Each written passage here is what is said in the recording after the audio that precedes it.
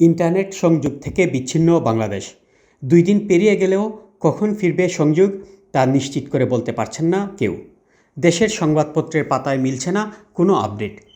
ইউটিউবে কিংবা অন্য কোনো মাধ্যমে দেখা যাচ্ছে না বাংলাদেশি কোনো টিভি চ্যানেলের সরাসরি সম্প্রচার। চরম উদ্বিগ্ন প্রবাসীরা। খবর জানার সূত্র খুবই কম, আপাতত তাই ভরসা বিবিসি বাংলার খবর।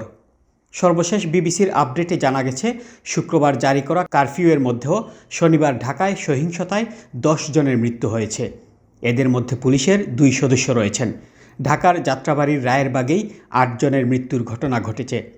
পুলিশ সদস্যদের মৃত্যুর ঘটনাও এখানেই ঘটেছে। এছাড়া মিরপুরে ও আজিমপুরে 2 জনের মৃত্যুর ঘটনা ঘটেছে। But the students were really enraged when the Prime Minister made some sarcastic comments about the protests, saying that these protesters were the children of Razakars, which is a word we use to mean the traitors, the people who collaborated with Pakistan during the Liberation War, and this really inflamed things. But since then, these were initially peaceful protests. They have been attacked since then by the ruling party student wing, the Chhatra League, and then by the police, the border guards, and by the paramilitary group RAB, which is actually sanctioned by the US.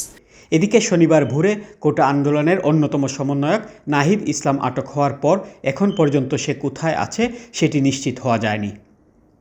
এর মাঝে কারফিউয়ের সময়সীমা আরও বাড়ানো হয়েছে।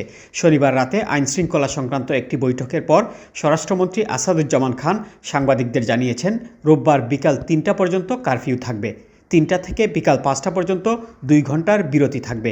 এরপর পরবর্তী নির্দেশ না দেওয়া পর্যন্ত আবার কারফিউ চলবে। চলমান অস্থিতিশীল পরিস্থিতির কারণে প্রধানমন্ত্রী শেখ হাসিনার পূর্ব নির্ধারিত স্পেন ও ব্রাজিল সফর বাতিল হয়েছে। The protests now have escalated well beyond a demand for quota reform and for accountability and justice, and we're also hearing demands for the resignation of the government and or the Prime Minister. এদিকে সারা দেশে চলমান curfew প্রত্যাহার ও সেনাবাহিনীকে বিতর্কিত না করার দাবি জানিয়েছে বিরোধী দল বিএনপি। ওদিকে দলটির জাতীয় স্থায়ী কমিটির সদস্য আমির খসরু মাহমুদ চৌধুরীকে রাতে তার বনানীর বাসা থেকে পুলিশ আটক করে নিয়ে গেছে বলে জানিয়েছেন দলীয় চেয়ারপারসনের প্রেস উইংয়ের সদস্য সায়রুল কবির খান। এর আগে শনিবার জাতীয় স্থায়ী কমিটির আরেক সদস্য নজরুল ইসলাম খান ও শুক্রবার সিনিয়র যুগ্ম মহাসচিব রুহুল কবির রিজভীকে আটক করেছে পুলিশ। উল্লেখ্য, মঙ্গলবার থেকে শুরু হওয়া সহিংসতায় এ পর্যন্ত সারা দেশে অন্তত 110 জনের মৃত্যু হয়েছে। আহত হয়েছেন হাজারো মানুষ। নরসিংদীর কারাগারে হামলার পর সেখানকার 8 শতাধিক কারাবন্দী পালিয়ে গেছেন। দেশের সম্পদের বিপুল ক্ষয়ক্ষতি সাধিত হয়েছে। পরিস্থিতি সামলাতে শুক্রবার মধ্যরাত থেকে কারফিউ জারি করেছে সরকার। সেই সঙ্গে সারা দেশে সেনা মোতায়েন করা হয়েছে।